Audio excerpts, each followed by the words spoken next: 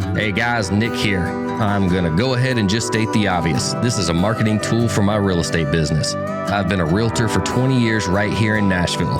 But who wants to listen to a boring podcast about real estate? Good news, it's not. This is a podcast about people that I've built relationships with since I moved here in 1988. If what I stand for resonates with you and you're looking to buy or sell a home in this area, let's talk. No pressure, just a conversation, kind of like this podcast. This is the 615 Podcast with your host, veteran realtor and entrepreneur, Nick Woodard. All right, welcome back to another episode of the 615 Podcast. Today I'm joined by someone that proves clients will become friends faster than friends will become clients. This is going to be a fun one, guys. This is my friend Daniel. He found me on Instagram a few years ago when he was looking for a realtor to help his family move here from Bakersfield, California.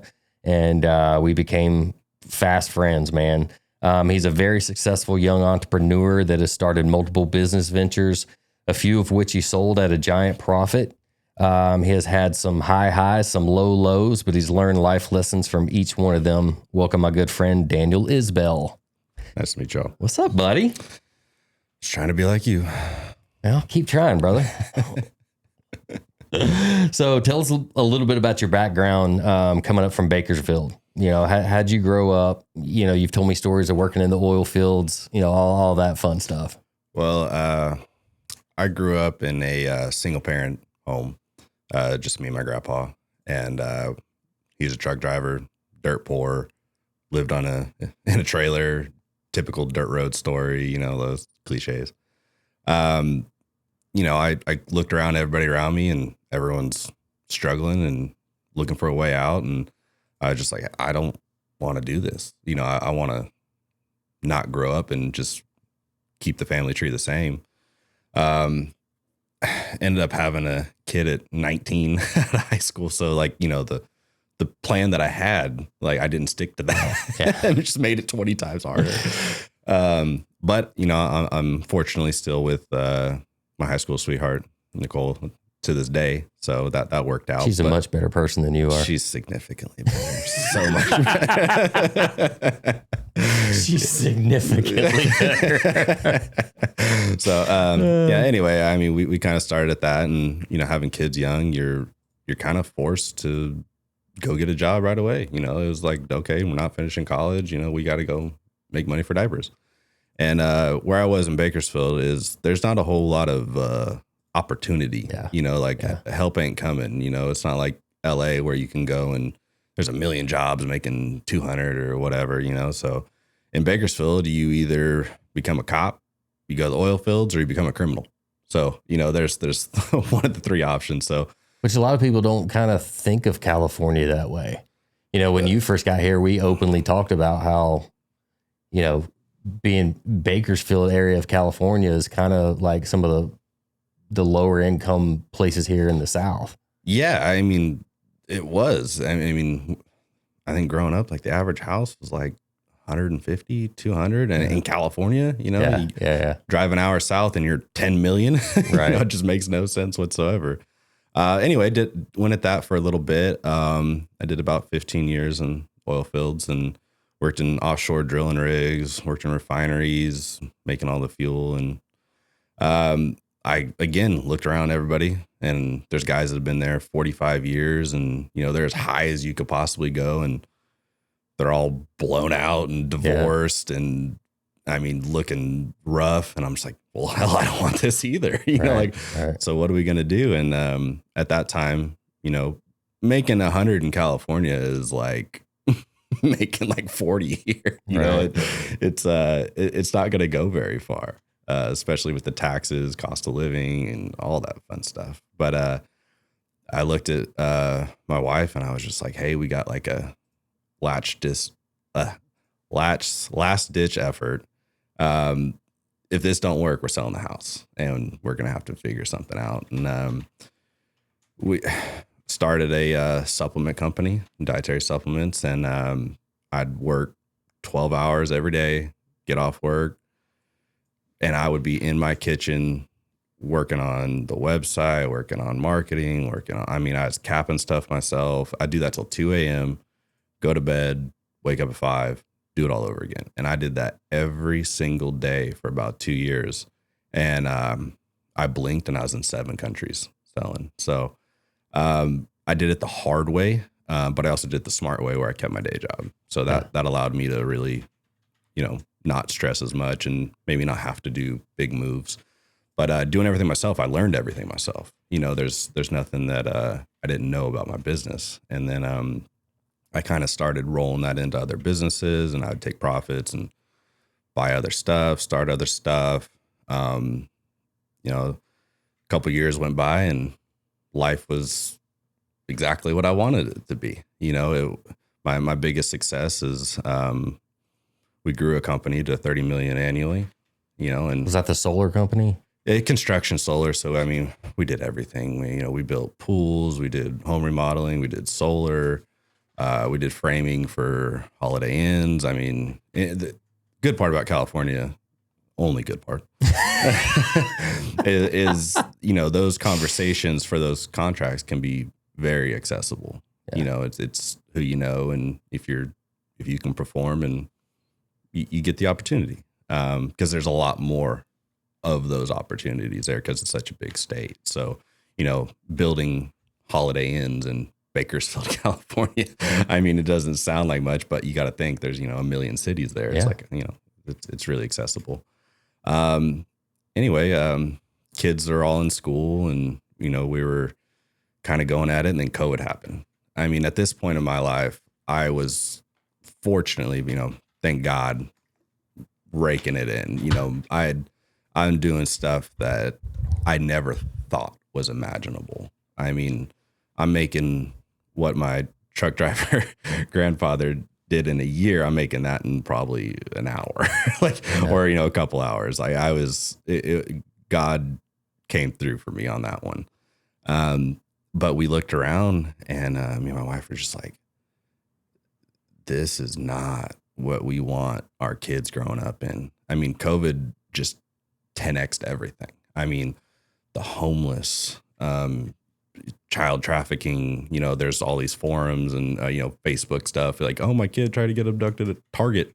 Like, I can't even go to Target without getting asked for $20. And, people watching my kids walk through the aisle. And when COVID happened, obviously California stayed shut down longer than everybody. My daughter, who's now going to be 11, COVID was her kindergarten year. So she missed her entire kindergarten year, probably one of the most important years they're going to have. Right. And it's like, well, you're telling a kid who's 5 to get on a Zoom. We all do that as adults, and don't pay attention, you guys got a 5-year-old. And then it even carried into her first grade year. So her first day of school was halfway through first grade. And we're just like, this is not working. And then when we did go back, it was just immensely different. We started noticing the curriculum, stuff they'd kind of throw in there, sprinkle in there. Yeah. That, we just morally disagreed with. I'm not saying anything one way is better than the other. It's just it just didn't line up with what you. Yeah, as a parent, you're just like, they don't need me learning about that. That doesn't make sense. We'll kind of get into that on down the line in this podcast. But a topic that you and I talk about a lot. We hang out a good bit, see each other at the gym, spend a little time together talking about, but building a successful business while also being a really good dad and a present father. I know that's something that you and I both struggle with because it's impossible. We do want to be at everything, all the time, but you're also wanting to build your business to the best that it can be. I've got 3 kids that play all the sports. We got football competition, cheer, softball, even had a stint in basketball, volleyball, 7-on-7, all the things. I even coach some of those teams. I know you do for your 4 kids. Yeah. No, so, it's real. In today's world of having to be constantly available for your clients, what are some of the things that you do to try to stay grounded and make the most important things the most important things? Well, first off, it's impossible to be perfect. I mean, you got to empty some cup to fill some other cups, and you only got so much time and so much energy. And you and I talk about this all the time. You just stare at the ceiling at night and you're just like, what am I doing? I don't know what I did today, but I did a lot. Yeah, I blinked and it's over. And then I know I didn't do something right. It's someone's got to get the short end somewhere, right. And you got to pick your poison. As a man, that's our responsibility. It's like I got to make sure the bills are covered. I got to make sure everyone's safe. I got to bring income. I got to have time with my wife. I got to make sure I'm raising my kids right. I got to make sure I'm being intentional. Got to go to church. There's a whole bunch of stuff. As men, we think about things. Not to say our brains are there's no better, but they're different. Like you and I as fathers have thought processes and concerns that maybe our wives don't have. Like, we're thinking many, many, many steps ahead. Oh yeah. We're 5 years in the future. Yeah. I'll have concerns of, starting wedding funds now. And, my daughter's, 13 years old. Like, but that's what I'm starting to prepare for, Yeah. No, but to answer your question, the only thing that I've figured out to be the best route for me is that there's levels of entrepreneurship, right? Like you have your starter, just sole proprietor who's just doing like a side hustle, but kind of like how I started out. I'm looking to make a car payment. I'm looking to help with the mortgage, stuff like that. And then, you have your medium entrepreneur where they essentially just bought themselves a job. They've exited their day job. They're doing this full time, but they're paying because they're still running the business. Like they bought themselves a job, right? And they're running it themselves. But then you have your next level entrepreneur, which is I'm very fortunate to have stepped into that category. When I was in the middle, I mean, I wasn't doing nothing right. I can't be that. But you can't jump from here to here. There's levels. There's levels. You have to. You can't miss. I was literally just reading Dave Ramsey's new book yesterday that talks about how there's 5 or 6 different steps that you have to go through to get to that level. You can't just, this one sucks. I'm going to, I love Dave Ramsey, and his, debt snowball thing. And it's like, you can't jump to step 9. No. It's no different than AA. You don't just skip to the end, But I think in that last level of entrepreneurship is you have to evolve into a CEO. And what I mean by that is you have to hire and you have to have people that run this for you. I mean, you still got to train them. You still got to monitor them. You still handle the big, conversations, but you have to get your time back. And the only way to do that is through systems, operations, employees, and just having everything dialed. But if you didn't do the steps before that, you're not going to know how to do that. So that's been the best thing for me. One of my most successful businesses right now, I don't think I do anything. I set up, I'll meet with some material suppliers and I'll get better deals, or I'll, hop on a Zoom with some high level execs. But like my team is awesome. And, they're people that do everything for me. So, my web dev team, my content team, my operations team, like they handle all of my businesses. I have. But you had to learn what was required. Oh yeah, by going through it yourself before you could delegate it to anybody else. I'm not good at a lot. I'm definitely not. I tell all of my team this, like I'm not Kobe and I'm not Shaq, but I'm definitely Phil Jackson. Yeah. So I'm not scoring the points. I'm not getting rebounds, but I'm definitely calling the plays. But you got to be able to get the best out of your players too. Yeah. That's all being a business owner is at that high level is. How do first off, you got to treat everybody good. You got to make sure everyone's taken care of, but how do I get the most out of you? I'm encouraging you. It's no different than kids sports and it's no different than, it's just parenting, but you're parenting adults, it's no different than that. But to just give you a long answer to a short question, that's how I've identified that it's still never going to be perfect. You're still going to miss stuff here and there. You're going to struggle as dad. You're going to struggle as husband. It is dang near impossible to accomplish and check all boxes. So you do the best you can with what you got. You just get punched in the face, and then you go to bed, and then you wake up and get punched by someone else. Well, man, one thing that I wanted to talk about, again, we talk about this all the time, but we've both been blessed to be able to provide quote unquote nice things for our kids, but in a way, it kind of scares me that I feel like we're setting them up for high expectations of what normal life is, and the way that we both grew up, it's just a very different time. I mean, when I grew up, we weren't constantly entertained, we used to disappear in the woods for half a day. We would have when the sun goes down, we would have BB guns and bottle rocket wars. And, me and my best friend, Matt Bruno, would go walk miles of the Harpeth River and just not disappear. Just not die. Just don't die. Just don't die. Come on. We'd laugh about, you knew where all the kids were because everybody's shoes would be at the front door and there'd be 6 BB guns laying up in the corner. Yeah. Parents didn't have to ask, hey, is my kid over there? She's like, I know I'll be home. It's like, I think about the way we grew up and going, if we did that now, like we literally had a Brentwood militia of 10-year-old kids walking around with BB guns. I will say, Nolensville is the closest to that I've seen. That's why we moved there. Yeah, that's the one thing about Nolensville that I'm like, that is great. I mean, that park right behind the Amish mill. I mean, kids just pow out there. There's bikes everywhere, then they're just hooping. And that's why we moved there because I grew up in Brentwood before it became very well to do. And it was before it was a luxury. I was about to say, it doesn't sound, the Brentwood militia doesn't sound very intimidating at all. You say, man, we had the best of the Daisies and the Crosspins. Hey, man, we were rocking.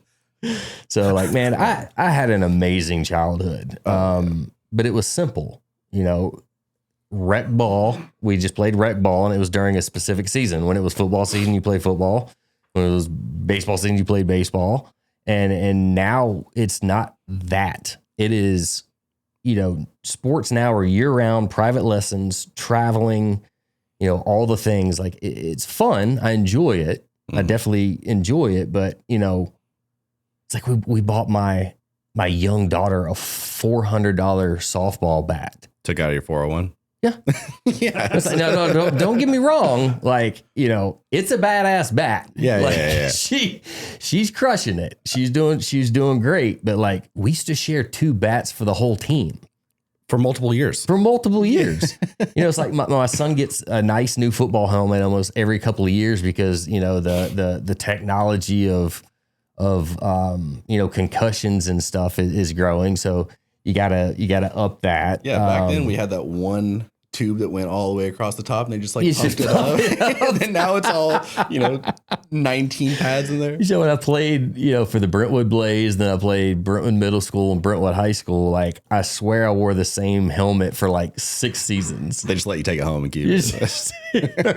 So it's different. Again, I don't say it's bad by any means. It's just, I feel like different time. It's just a different time. We're giving our kids the best of everything. And in a way, it kind of scares me for what their expectation is going to be. It's a fine line between doing the right thing as a dad and then doing the right thing as a dad.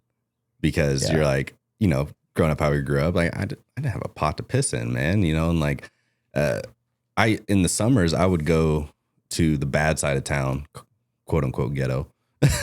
And I would paint people's, addresses on the curb. Yeah. Take folders and buy stencils. And then like, so you had an entrepreneurial spirit as a kid. Yeah. I didn't have a choice. Like it was that or don't have money, So it's like I used to get my mom to get big bags of Jolly Ranchers from Sam's, and then I'd sell them, cut them down and put them in little baggies and sell them on the school bus. Yeah. I think that's a certain type of dealer that you might have.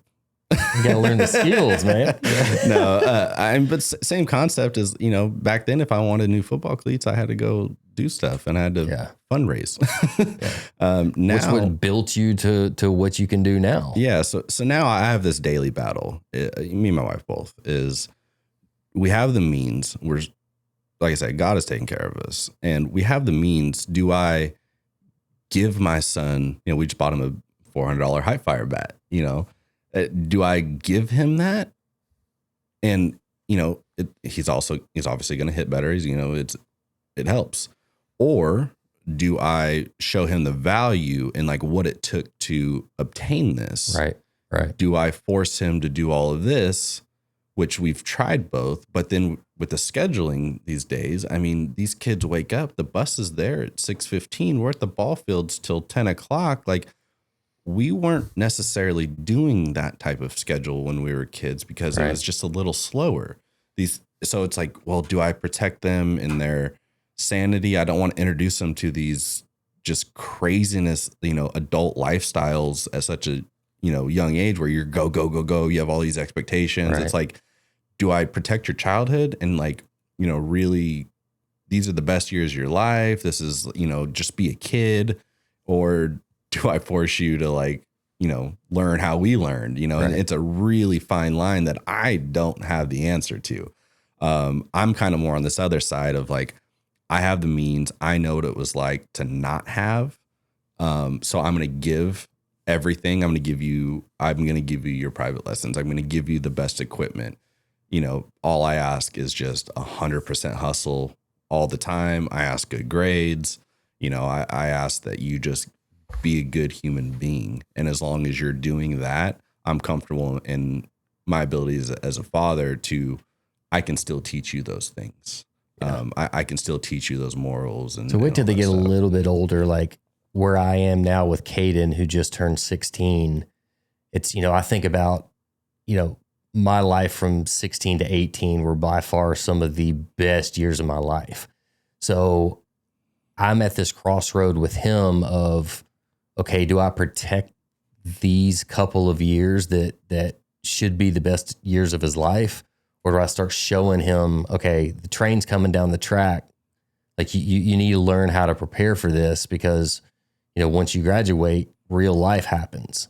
Yeah. So that's kind of the hard situation we're in now where, he just got a truck and he's like, hey Dad, I'm going to the farm. And I'm like, easy, bud. Like you just got some freedom. Like, what's going to happen if the truck break down or, and you're in Lewisburg. You roll in a ditch or, you got to think about these things, but I don't want to cripple him with. But it's the total opposite of what we got too. Oh, absolutely. Yeah. It's like when I turned 16, my parents blessed me with a truck. It was an old 89 pickup truck, like the one in Back to the Future. Like that's the one I wanted, man. It was a stick shift. Ooh. And I think mom and dad like worked with me for maybe a week or two on learning how to drive a stick. And then I went and got my license and they're like, all right, have at it. Just grinding. And I'm grinding. I'm, stalling it out on Wilson Pike. Like, but that's how I learned. Yeah. Back then Wilson Pike wasn't as big. Oh, yeah, exactly. I mean, there's probably 4 cars on Wilson Pike. Now it's like, try to turn left out of my old neighborhood and you're sitting there for 20 minutes. Oh, 100%. Man. So we left, me and my brother talk about this all the time. I totally want to get your take on this. So like when we were growing up, 80s kids, like what were some of the things that you thought when you saw, you're like, oh my God, that's rich. That's bougie. Like they've got it made. Like one thing that I always bring up is, my God, if you had a spare refrigerator in your garage, like if you had a beverage refrigerator, you are up there, man. It's an intercom system. You remember the intercom systems in the house? Like, dude, that's absolutely Bel Air stuff right there. For me, it was concrete. Concrete. So if you had concrete, you were doing all right. If you had a non-trailer, that was, if your house was not on wheels. If you couldn't hook up to your house and pull it, it was a luxury. No, but on a serious note, where I grew up, I think it was just cars was a big tell. You know, if you had a newer vehicle, everyone kind of knew your parents had something. And around us was all farms. That was kind of like our tell of like, okay, your parents own a farm, you know? Yeah.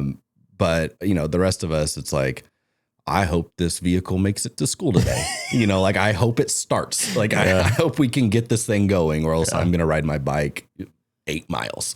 It's like, I remember my best friend had an electric toothbrush, and I'm like, whoa, look at you. A pager.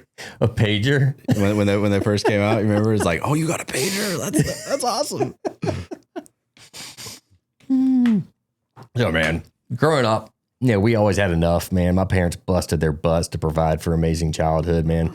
So I'm just wired. We had everything we needed, didn't have everything we wanted, and I'm still wired that way. Mm-hmm. So even though I have the means to basically provide whatever my kids want, like nice stuff doesn't matter to me at all. Well, you and I talk about this all the time. It's like you could strip everything away, and I mean, we can pitch a tent and survive. Be happy. Yeah, actually. So I go down to the farm in Lewisburg and stay in a little army tent, and just sitting there and sleeping on a cot. It's the greatest. I just need my odd 6 and maybe some beer, and we're good. Light a fire. You need a cot? Really? About 3 years ago was the shift. You asked me to chime in. This is the producer, by the way. You asked me to chime in from time to time. When I turned 40, sleeping on the ground has its repercussions. So that's the Brentwood in them. You can't. Yeah. Is that part of the Brentwood militia? The little bougie. Yeah. Let me ask you this: do you think a lot of people, they kind of grow up and we all want our kids to have a better life than we did? I think I'm the product of that. That's what my father wanted my brother and I. I think it's actually a disadvantage. That's fair. Yeah. And that's why I don't think there's a right answer. You do the best you can. I will say this though, not to go on a tangent politically, which I'm sure we will here at some point, but like there was a time when I had, the past 3 or 4 years, I was very concerned that my kids would not have a better life than I did. My parents define better. Again, that's the thing. Yeah. It's not necessarily better, but I'm saying opportunity, the ability to have a great economy, get a good job, and get to go to college, being able to afford to go to college. Did you have a great economy growing up though? I don't know. No, because I mean, well, you how old are you? 43. Okay, so 83, 84 is when you were born, right? 81. 81. So yeah, you probably experienced ups and downs, some tumultuation in an economy in the 90s. Well, me and my brother talk about this all the time. We will never forget there was a very specific Christmas. It would have been early 90s when we got a trampoline, a Super Nintendo, and a Pop-A-Shot basketball thing. And Parker looked at me and goes, I guess we're rich. I didn't know this. I didn't know Dad was doing all right. Dad had, Mom and Dad had a really good year and got us some things that we weren't accustomed to. And it was like, my God, I guess we're rich. Mom and Dad never told us this. See, throughout the 80s, I was born in 75. I only knew a bountiful life because my parents were upper middle class. My father made well over $100,000 a year, which back then was a lot of money. But like he owned his own business. Yeah. He owned his own business. And during what I call the roaring 80s, he saw what was coming in the 90s. He saw the first recession in 90, 91 or so. And he contracted his business. And at about my age now, he had to go back into a truck with ladders and getting up and pulling wire through ceilings. Imagine being 50 some odd years old and having to go back to that kind of work. Right. His body is tired, and it really kind of did him in. But I'll never forget, we were building out the office in our basement in our house. I was about 15 years old. I'll never forget. It was one of the most indelible memories I probably bookmarked. I was up on a ladder helping him put lights in, oddly enough. And I said, hey, why don't we get a pizza for lunch? And he kind of looked up at the ladder and he's like, well, can't. Like, oh, okay. Well, why is that? He's like, can't afford it. Like a $12 pizza. Mm-hmm. Really? Boy, have we come down, we were humbled big time. Yeah. But 15 years old. I used to have to come home and answer phones for the business. That was fun. Yeah. To keep things alive. So it was. But you know what, that built character into who you are now. That goes back to our other conversation of, if we're providing everything they need and want, and it's the best of everything, they're never going to experience those things. Right. And what happens if they get on down the road when they're, 20s, 30s, 40s and have to experience that they've never lived without? I think it's important for when we go through the hard times, which I think it's agreeable right now. We're going through some hard times. Absolutely. It's tight. How they see you react to these times. My kids see me work. Yep. Doing nothing but work. And they see me treat my wife with love and respect. We have a very strong partnership. That in and of itself will make them strong people. So I guess to answer your question, I agree with that 100%. Yeah. Is it caught or taught? You know what I mean? That's great. That's some words of wisdom from the old man in the room. Hey, whatever happens, I'll credit Ed Milet with that. I've heard him say that. I also think on the flip side of that is we're caught in a rock and a hard place of we also want to protect them from what we hated as a child, and that's the biggest thing. I'll never forget this moment. It's just those memories that are just implanted in your brain forever. I was 14, sitting at a table with my grandfather. Truck driver, makes $24,000 a year. It's not fun. And everything was pen and paper. It wasn't computers. But he would write down all his bills, and he would just get so pissed that when there's not 1 + 1 doesn't equal 2. You got to find a way to get to 2. The math ain't mathing here, bud. And he would kind of take it out on me, where I remember being at 14 at tables, I can't go get a job. I do little stuff on the side so you don't have to pay for my cleats and stuff. But I remember he just laid into me one night. Just really it made me feel like it was my fault at 14. Right. And I remember just saying what do you want me to do? At 16, I'll go get a job, because in 16 you get a worker permit and go work somewhere. And I remember the look on his face as he's just kind of oh, I messed up. But that memory always sticks with me, where that was probably coming from, he may have had that poverty mindset. Yeah, no, 100%. Cause he was, where we were at, he was even worse when he was younger. He worked in potato fields when he was 11, so, but that's that memory of that feeling of financial fear. I'm my kids will never feel this. Yeah. They will never deal with this. And they haven't, thankfully, but at the same time, full circle, it's is that the best? Or we in our business here, we call it operational tension. My business partner coined it that. He says, we don't mind if we're tense financially as a company to allow the employees to feel that tension, because then everybody, we all got to band together and make stuff happen. 100%. My kids, I think, they're aware of the financial tension because we came off a time of prosperity and now we're going through a lot of tension. I think it's actually healthy for them to, at a certain age, as long as they can process it. Too young, you don't want to traumatize them. But I also think, did you notice mainly your dad, never wanting to impart that feeling to your kids, of course, but what was more noticeable, that he did that or that he apologized? I think it was more so of his actions. You spoke about it a couple minutes ago. I remember I would go to school. First off, I had to walk a mile to the dang bus stop because we're on a dirt road. And the bus was like, I'm not going. Oh, here we go. Uphill both ways. Hey, listen. Those stories, I did that. I don't care. All right. You be 6 years old walking the fog. You guys don't have fog here. All right. You know how many dogs are hidden in the fog? So anyway, that was real. I would do that. Raised in the streets of Bakersfield. Yeah. And dirt roads. Our dirt roads. Yeah. But anyway, I go to sports after, and I'm tired. I have homework. And then I remember looking out the window, and he'd worked all day. He got up at 2:30 to go drive truck, get home, and he's just working.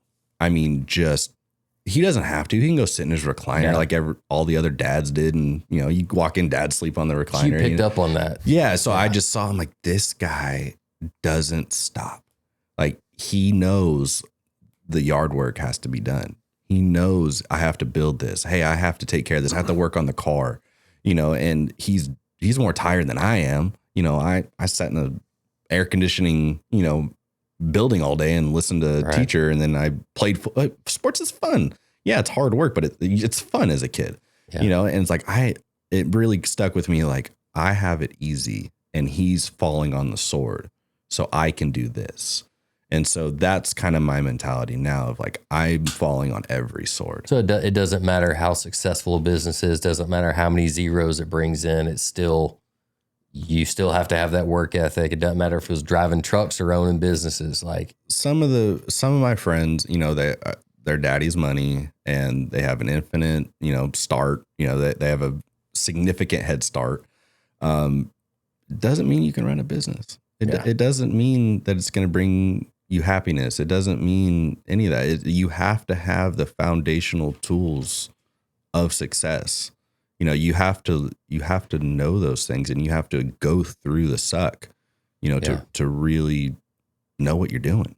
Yeah. I think that takes us to like, we're relatively young guys early in our career, I would say. I mean, 20 years in the workforce. How much is enough? That's where we get to, I've got a saying that has lived with me all my adult life is, I just want to make enough money that I don't have to worry about making enough money. That's it.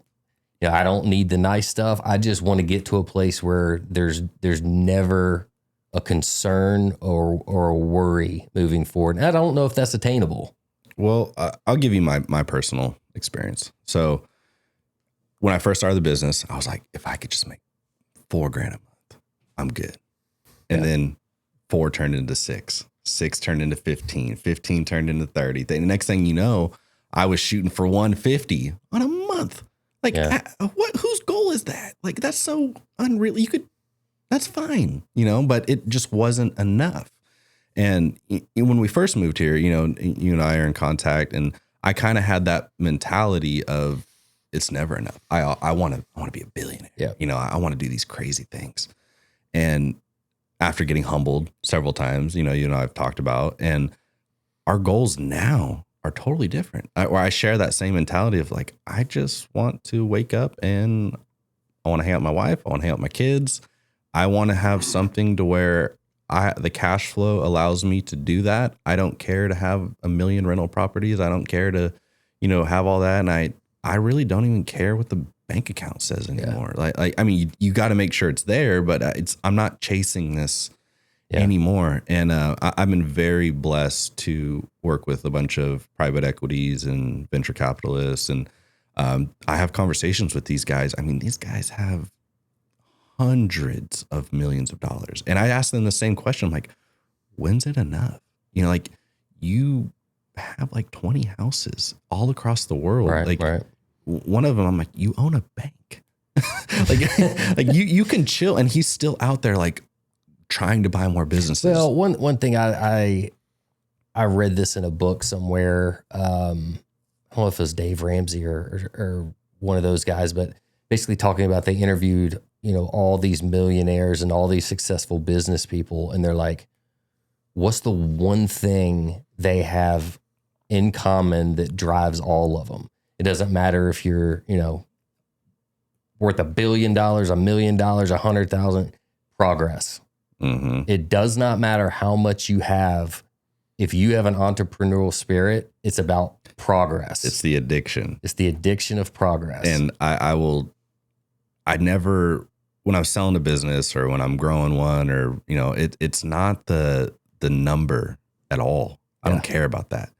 I care about winning. And that's the addiction. Yep. I want to say, I took this from zero where that guy failed, and look what I did. And that chase, that accomplishment, that is like, you know, that's like scoring 50 in a basketball game. You know, it's just it's like a weird high, and it becomes an addiction. Like we have all of these addictions in our life, whether it's our phone or, you know, how many likes you get on Instagram, you know, it's that dopamine, you know, like that is a different level of dopamine because the money is just a byproduct of it. Well, one thing that I changed about my business years ago, and thank God I did, is to stop focusing on making money and start focusing on serving people. Yes. Because if you serve people, the rest takes care of itself. 100%. If you have a good product and a good service to go along with it, the money will absolutely find you. Right. You don't. So it's like I get a complete high off of someone referring business to me, and it's not because, okay, it's another deal, it's another contact, whatever. It's because I serve somebody so well, they thought to introduce me to somebody else. Like that's the high I'm chasing now. Yeah. It's not the deal, it's not the dollar. It's I want to earn your respect. Well, let's dive into that a little bit, and it has to pertain to realtors here. So, and versus realtors in California. So in California, it's all dollars, race to the bottom. Are you going to give me a better percentage than the next guy? No one cares. You know, they just want, you know, the best deal just or whatever. Bottom line. Yeah. And then here, that model doesn't work. You know, you have to know the lay of the land. You have to know every back road, every street. You know, like with me and you, like this is why, you know, I loved working with you. You're like, there's a train that comes there every day. you're getting stuck. I remember that. Hey, this tractor is going to pull around right here. Yeah. Don't get stuck behind it. And it's like that stuff matters here. Like you have to know the schools, you have to know the areas, the demographics, you know, closest, you know, whatever we're looking for. And, you know, you really tailor it to what that family, like their own lifestyle. You have to care. Yeah. Yeah. Well, It's like, you know, families are coming here from everywhere, all over. And it's, you know, what they did in West Virginia may not be what that family did in California. So it's like you do a really good job, I think, of taking what that family has in their own little ecosystem. And you're like, okay, I think Thompson Station would be the best for you because this school isn't overcrowded. They have a great sports league. You know, you're this many minutes to the 840, this many minutes 65 if you got to go. And so it's like, and it's never really been a miss, you know, like from what I've seen or people I've referred to, like nobody's unhappy. And, you know, if you get some agent here that moved from California, it's like, they're not going to know anything. They can't tell me, you know, to avoid Nolensville at 5 p.m. every day. Like, you know. Don't try to turn left between 4 and 6. I've been here 3 years. You notice how he didn't say the 65 or the 65? Yeah. We talked about that. Yeah. When he first got here, he was like, in California, the 840, the 65, the 15, the 95. You know, in California, there's 97 freeways. And so you're like, it's the, you know, and here, you definitely get used to it. All right. I'm going to ask the question that's going to get us some attention on this podcast here. So always ask out-of-town clients, what made you leave your state and come here? Corruption, you said? Corruption. No, here's the big difference. I'll speak on the difference that I noticed when I moved here, then I'll kind of tell you the more back reason story. But in California, there's taxes everywhere. And even on top of our sales tax that we pay here, in California, there's an additional 1% sales tax on every transaction. Jeez. There's a 12.5% state income tax. Our property tax is like 1.75%, which is not bad compared to some other states, you know, whatever, but we're getting taxed everywhere. Every single tax dollar goes into a general fund. when it's in the general fund, it cannot be tracked. So where does it go? Who knows? Whose pocket? It goes into a pocket. I mean, look at the high-speed rail. That thing was started when I was a kid, and they've done like, I could probably walk, more than that's been accomplished. Like, where do you think the 20 billion went? Like that's the type of stuff that you get annoyed with. And why you become a businessman yourself, you start to see it going, aha. Oh, 100%. This math ain't mathing. 100%. Well, and think about how many people are there. Just do basic math of like, okay, each person pays, $1,000 every 2 weeks in taxes, and times that by how many million people are there. You tell me you can't fix this road that has a pothole for 5 years? No, it's went into a podcast. Yeah. Not produced by it'syourshow.co, which should change. Yeah, but little stuff like that, it starts to annoy you, and you're like, hey, there's no, nothing's getting fixed. Nothing's getting taken care of. My money isn't going where it needs to go. The people here are not friendly. Everyone's miserable. I mean, everybody is so uptight, and it's go, go, go. Get on the roads and you're just mad at everybody. Your cousin here, you get on the roads, you're like, oh, there's green trees over here. That's great. Like I remember when we first moved here, when we were living in College Grove, I got on 840 every day, and I'm just like, this is fantastic. Like there's deer running everywhere. Like, your biggest fear is a deer running out in front of you, like and it's just, people are happier here. But, here, we get snow every now and then, the road gets fixed immediately.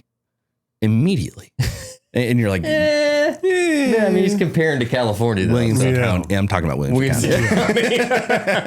And then another thing is, in California where we were, there's a bum per 10 feet. Yeah. There are multiple everywhere. I was showing property to clients. Where are they from? Oh, they're from right outside of DC. And we drove all over Thompson Station, Spring Hill, Nolensville, all the places. And she was like, I haven't seen a single homeless person. And I'm like, yeah, like, what are those? No, I mean, I take for granted how great it is here. And then I hear these stories from other people that you're just like, wow. So two quick stories on that. When we bought the house off of Paytonsville, we drive every day, and one day we're driving to school and we see a homeless person, and we're like, how'd you get out here? You ventured pretty far away there, buddy. By the time we dropped our kid off, came back, the sheriff had already picked him up and was like, hey, I'm gonna escort you wherever you need to go. But the cops here have time to be cops. Yeah. They're not out there. I've done many ride-alongs with my friends. I've many friends who are captains, sergeants, and stuff, and they've let me go on ride-alongs. They get on, and their call sheet, they're like 120 calls behind. People are just shooting each other. I mean, I remember I went on with my buddy. There was 9 shots fired just in like the 30 minutes that we had got on shift. I'm like, oh my God. The first call, a lady stabbed her husband, and then they went to church.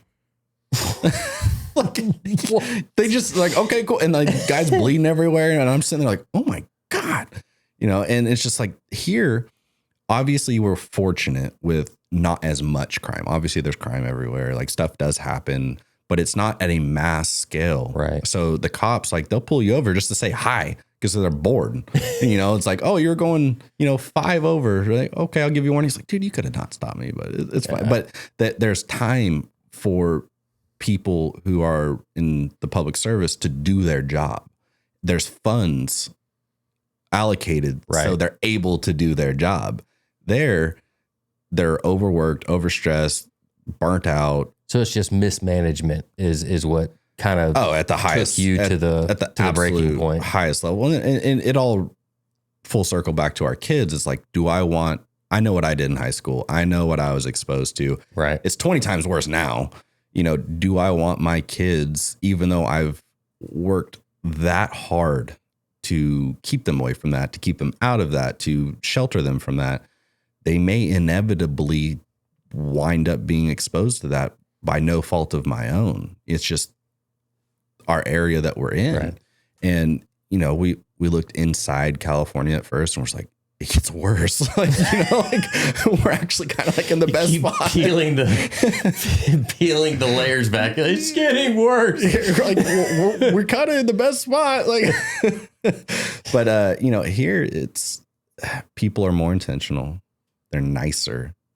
It's slower. Everyone, customer service reps are certainly friendly and want to talk for 75 minutes, but it's just a little bit, there's a church every mile, the Bible Belt, everybody just has better intentions, So it just fit with your morals a little better. Yeah. And where we were, I didn't really speak on this, but I was at a point, thankfully could have retired. That kind of sounds a little douchey, but for how young I am. You're like 35 years old. Yeah. But like at that time, like, I'm like, I don't have to work anymore. Like I did it, I could just chill.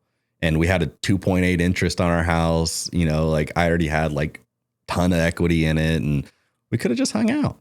And knowing you like I do, 2 years of that. Oh yeah. I got miserable. Insane. I would have got insane. But no, I think we were okay giving it all up for our kids to have a better life. And I will never forget this. I'm still super close with this dad. They're his kids. I coach them. He coaches my oldest Maddox.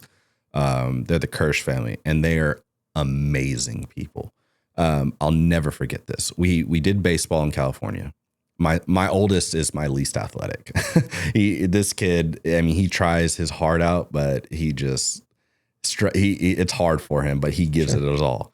In California, we were on this baseball team and the kids were rude. The coaches, it's like, I'm about to fight this dad, stuff like that, where you're like, man, this is not encouraging. This is not okay.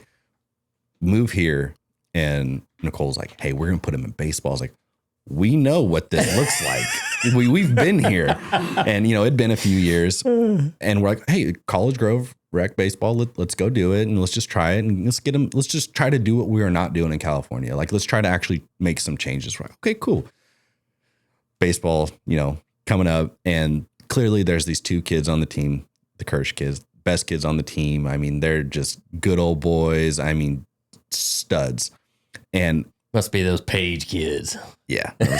So anyway, my kid makes an error and, like he does. And I look at this kid, Luke, and I'm like, oh, he's about to let him have it. Oh man. And he goes, hey, it's okay, man. Don't worry about it. Like, hey, just try this next time. And I'm like, oh my God. I'm like, that as a dad, you're like, I made the right decision. Like that. Cause your kid over here, if he does the same thing, is just getting hammered. Right. He's no support, just getting down on himself. But over here, the same situation, he's getting built up, and he's going to improve. He's in a safer the people space. that live in an area, for the most part, generalizing here, create the same cycles. Yeah. So you came from a place where it's kind of scratch and claw to get to the top. Little different mentality. These kids are kind of beating your kids down, and then your kid would have ended up being one of those kids to the next kid. Yeah, 100%. Yeah, and so it's like I kind of look at it like bullying. Like bullies raise bullies, and here it's kind of the opposite. Everyone for the most part gets along. Everyone is intentional. Everyone is supportive, and it's just like it's a really good community. And I think we're closer to the people that we've met here in the 3 years than the people that I grew up with, and it's like, I feel more comfortable with these people than ones that I've experienced my whole life with, and it's that intentionalness. Yeah. So I'm saying like, it's a common saying that clients will become friends quicker than friends will become clients. Oh, 100%. It's like when you guys first came, like we became buddies instantly. Well, I don't really like you much, but so I gotta ask this anytime I have a client on here. So, as a client, it's time for a performance review of me. Oh, so 2 questions. What was your first impression of me? And what was the experience like working with me? Okay. I'm going to share 2 stories. So Obviously, like you and I are two of the same in many, many ways. And so we naturally kind of broed up right away. We're both easygoing. You could rip on each other, not take offense of it. And and then, you know, now that we send each other 97 Instagram reels. We'll send stuff like, bro, you sent me that last week. Or I sent you that yesterday. Yeah, I'll get offended. Like, you're not even watching my stuff, dude. Oh, I'm sorry. I missed today's daily batch, you know? Like, but no, I remember we were in, I think it was Nolensville when we came in like 2020 or 2021 for the first time. And like, we didn't move for a couple of years or whatever.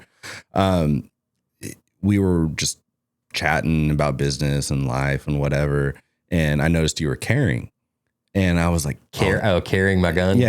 And I'm like, oh, that's so awesome. Because obviously, like, I grew up around that, and, you know, but being in California, like, you can't do that. That's a big no. And if you use it, it's like, you're the bad guy. Right. So my mind had already been conditioned. I'm like, oh, like you could do that here. And I carry it everywhere I go. And then you had said something where you're like, yeah, my son will just, you know, run around here in Nolensville. And like, you know, I'm like, you guys just like turn him loose. And he's like, and you said, brother, we're all carrying. Like every, and you were like, everyone knows my kid. I know their kid. So when I see them ride by, I'm watching them. I know they're watching and I was like, I love that. That's awesome. And so that was my first, you know, impression of you. I was like, okay, like, this is just a family man, you know, like same morals as me, you know, like, that's my realtor. Second one was I'm going to tell people you're a softie for a second, but we got stuck at the Amish feed mill when we went to, I remember I was so mad because you're like, hey, let's get lunch after looking at 97 houses. And I was like, I want some Southern barbecue. That is what I want. And you're like, let's go to the Amish feed mill. And I was like, what the hell is that, Nick? Why would we go here? Yeah. And then I get there and I'm like, now you're addicted. I hate sandwiches. I'm like, oh my God. And you're like, get the chicken salad. I was like, no, I'm mad at you right now. And I had that. And I was like, this is amazing. This is the best place. Why does no one know about this? Why are they not blown up on social media? Yep. But anyway, then Darren runs a hell of a program. It's good, man. Deal, buddy. And I'll drive out of my way. I'll wait in that single lane road to get that. You probably spent like $1,000 there. I bought a lot of stuff. Well, the honey, they get you, man. But a storm came in, like it does here, you know, at random, and it was just dumping. So we kind of had to sit inside a while. It finally got to a time where we're like, okay, like we have a showing, you know, we need to go look. And it's just pouring rain. And you get out of your truck and I'm like, what the hell is this guy doing? There's a turtle crossing the road and you're sitting there stopping traffic. Like, hey, stop. You're picking up this turtle and you're like, oh, here you go, buddy. I'm like, oh, this soft ass. But it's like, that happens here. Like, people will stop. Yeah. Hey, there's a turtle. Hey, let's get this bunny across the road. Little did I know it would completely change your thoughts on this. In this area. The only thing we don't stop for is deer. I don't know why we just push through. We got too many. We haven't figured out. And another story, as we were in the Grove, before the Grove like got built, like it was still very early stages of the Grove. I think it was like 2020. And so we're making our way through there. It's a little sprinkling a little bit, and they're building all the houses, and we see a deer. And, you know, in California, deer are not common. I mean, it's not hunting like we hunt here. Like, we got to go track those things. Like, we got to climb mountains and, you know, I don't know, send smoke signals or something and find these damn things. And so if you see a deer, you're like, oh my God, a deer. There was like a whole family of deer just running through the Grove. We all hop out of our cars. We're like, oh my God, a deer. And you're like, yeah. And it's a deer. Get in the car. Like, and I was like, that's a deer, Nick. And you're like, dude, those are a nuisance. Those are a pure nuisance. And I was like, what? No, like, this is great. And you're like, oh no, you'll see. Yeah, drive down 840 during the rut. There's like 15 carcasses later. Yeah, I remember like 4 months into this thing, you know, moving here. I'm like, oh, these another damn deer. Oh, God. Well, I got to say, Nick put up a story not too long ago, 2 days before turkey season opening. And I'm not a hunter, Like, see, but buddy, I'm coming for you. 2 days, a-holes. 2 days, asshole. There was a. And it's been a week since I've been in the woods 3 times, and I've had 3 turkeys give me the middle finger. Like, God. That was just so funny and random. Another one is, when we were trying to sell Ivan Creek, after, I don't know how many houses we bought since we've been here, but it's been too many. But I think it was after the Ivan Creek house, we were looking in the Grove, and we show up looking at it. I don't know what the house was. It was like 4 point whatever, like $1 million. And we pull up, and they're all, it's an upscale neighborhood, stuff like that. And you're like, check this out. You pull down your tailgate. This deer just folded up like a pretzel, blood running out of your tailgate. I mean, by that time, you and I had become pals. Like, I knew you, and I was like, that is the most Nick Woodard thing in the entire world. We're looking at a $4.2 million house, and he has blood running down his tailgate. What you see is what you get, folks. I love it, man. Oh, Lord. All right, brother. We could go for days. We should probably wrap this up at some point. But like every guest we have, we got to send you off with your own 615 hat. Thank you for joining us. Thank you for telling the stories. Thank you for embarrassing me. Love you, brother. Oh, I can really embarrass you. We got another 20 minutes. You're good people, brother. All right, man. Appreciate you.